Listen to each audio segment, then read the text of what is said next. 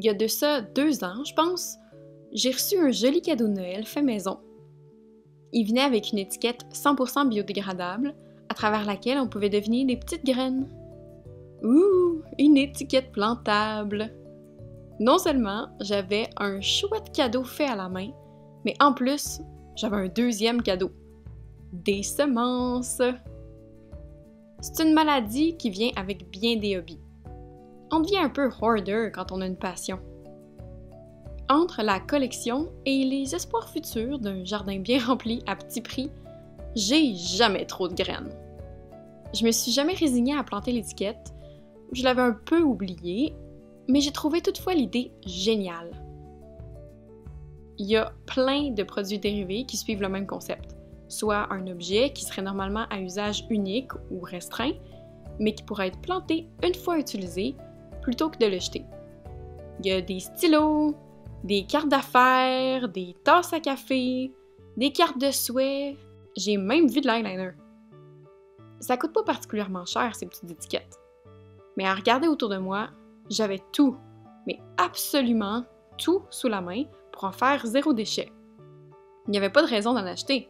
En plus, ça me faisait un petit bricolage. Je me rappelais avoir eu un kit pour genre Noël ou ma fête, je pense, je sais plus trop, pour faire du papier fantaisie maison. Si j'étais capable de faire du papier quand j'avais 10 ans, clairement qu'à 30, j'étais encore capable d'en faire. Pour faire le papier ensemencé, vous aurez besoin de l'eau, un blender, du papier, idéalement quelque chose que vous alliez déjà mettre au recyclage, des semences, un tamis plat pour former le papier, une vieille serviette et un petit bac. À part le tamis, vous devriez avoir tout chez vous. Quelques nota bene. Même si j'avais déjà fait du papier maison avec du papier journal, j'en avais jamais planté. Maintenant que ça allait aller dans mon petit jardin écolo ou dans celui de ma famille, je me suis demandé s'il n'y avait pas un peu de danger avec ça. C'est pas plein d'affaires toxiques ou genre des métaux lourds, l'encre. Est-ce que je vais donner un cadeau empoisonné à ma belle famille? J'ai vu quelques articles de blog qui mentionnaient que c'était OK, mais le doute persistait encore. C'est bien beau dire que c'est non toxique, mais comme il n'y avait pas de source, ça reste des oui-dire. Heureusement, Reddit est toujours une source intarissable de tannants comme moi qui veulent plus de sources, et j'ai trouvé la réponse satisfaisante dans ce thread.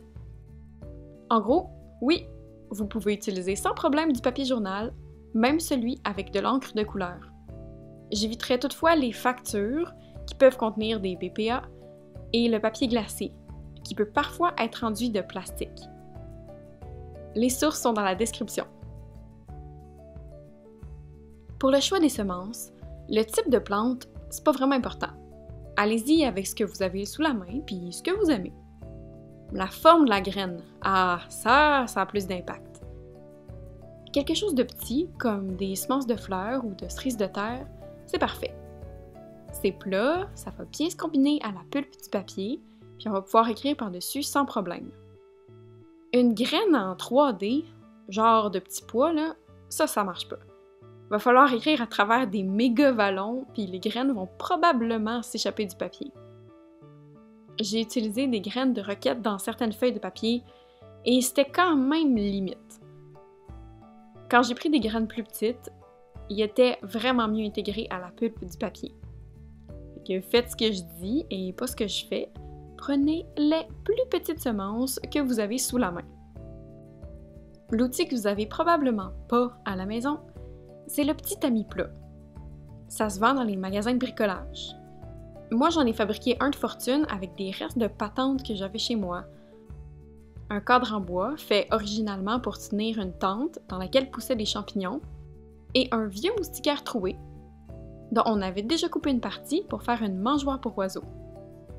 Il faut trouver un matériel qui est très fin, mais qui laisse passer l'eau puis qui a quand même une certaine rigidité. J'ai des petites fenêtres chez nous, je me demande même si j'aurais pas pu utiliser ça direct comme tamis. Anyway, j'ai attaché un rectangle de moustiquaire sur le cadre en bois grâce à des grosses broches, en tendant autant que possible le moustiquaire. Ça n'a pas besoin d'être parfait, mais plus le moustiquaire est tendu, et moins il y a de trous entre le cadre et le moustiquaire, et plus ça rend votre job facile. Alright, on a tout, il reste juste à faire le papier. Il y a évidemment différentes façons de le faire. La technique proposée est pour moi celle qui donne le résultat final le plus attrayant et fonctionnel. En premier, il faut faire de la pulpe de papier. J'ai séparé le papier à recycler par couleur, le brun, le blanc et le journal. La couleur du papier ensemencé va être plus ou moins la même que la couleur du papier qui est utilisé. Déchirez votre papier en petits bouts, histoire de faciliter la vie à votre mélangeur. C'est le temps de se défouler là, sur toutes nos factures ou les lettres marketing dont on n'a vraiment pas de besoin. Mettez les miettes de papier dans votre blender pour qu'il soit rempli genre au quart, pas plus. Vous verrez, un peu de papier, ça devient pas mal de pulpe. Ajoutez le double de l'eau par-dessus le papier et gardez de l'eau proche. Vous allez en avoir de besoin. Ensuite, on blende. Youps, tenez bien le couvercle. Chez moi, ça a éclaboussé un petit peu. Je le fais en quelques shots pour assurer que le papier va complètement se désintégrer dans l'eau. Je mélange une couple de secondes, j'arrête 1 minute le temps que le papier absorbe l'eau. Je rajoute un peu d'eau, je reblende, j'attends, je re-reblende, je re-ajoute de l'eau. Vous comprenez le principe. Je trouve que le fini du papier est plus fin si le mélange est liquide et assez lisse. C'est aussi plus facile d'étendre dans le tamis. Quand j'arrive à cette texture, j'arrête. Dans le bac, mettez votre tamis, puis ajoutez de l'eau juste pour que le tamis soit couvert environ au tiers. L'eau va aider à la dispersion de la pulpe sur le tamis, mais si vous en mettez trop, la pulpe va s'échapper du tamis par le haut, puis vous ne serez pas plus avancé. À cette étape, vous pouvez faire 2 choses. Ou ben donc, vous mettez les graines direct dans votre mélange, ou ben donc vous versez votre mélange pour faire le papier, et ensuite vous ajoutez les semences. Mélangez pas les graines dans le blender par contre. La lame va couper les graines, et si l'objectif est que le papier germe, faut pas faire un smoothie de semences. Faut qu'il reste bien entière. J'ai fait les 2 techniques, et je préfère les mélanger avec la pulpe, ou au moins direct dans le bac. Ajoutez à la fin, les graines font juste comme flotter par-dessus la pulpe, puis ils se lient jamais au papier. Autre chose importante, il faut pas que les graines germent dans la pulpe. Allez-y par petites batches, et dès que les semences sont dans le mélange, allez-y au toast pour finir votre papier. Versez un peu de pulpe à travers le tamis submergé et étendez bien le mélange. La quantité dépend de la texture du mélange et de la taille du tamis. Allez-y au pif. S'il y a des trous visibles, ajoutez-en par petits coups. Lorsque vous êtes satisfait de la couverture de pulpe, soulevez délicatement le tamis pour le sortir de l'eau. Étendez le tamis sur la serviette pour absorber le gros. Certains tapotent avec une éponge, d'autres y vont avec un linge, avec un petit pois. L'objectif ici, c'est que ça sèche quand même vite parce qu'on a des semences dans le papier. Allez-y doucement avec l'essorage du papier. Vous pourrez voir des gens sur Internet qui écrasent leur papier avec un rouleau à pâte, en dessous d'un poids, qu'il y a du monde qui se lève dessus. Les graines, c'est fragile. Si vous y allez avec trop de force, vous les écraserez puis elles pourront probablement pas germer. Tout doux avec l'écrasage. Revirez le papier essoré sur une plaque, le temps qu'il finisse complètement de sécher. Je recommande pas de garder le papier sur le tamis ni sur la serviette parce que le papier a tendance à coller à ses textures en séchant.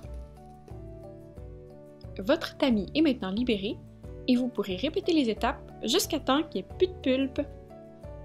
Soyons fous! Comment est-ce qu'on pourrait rendre les étiquettes encore plus le fun maintenant? J'ai ajouté des feuilles de lavande qui donnaient un papier à la douce odeur de fleurs. Ça donne un côté encore plus naturel. Le papier à la lavande a bien gardé son odeur de lavande. Pas mal chouette!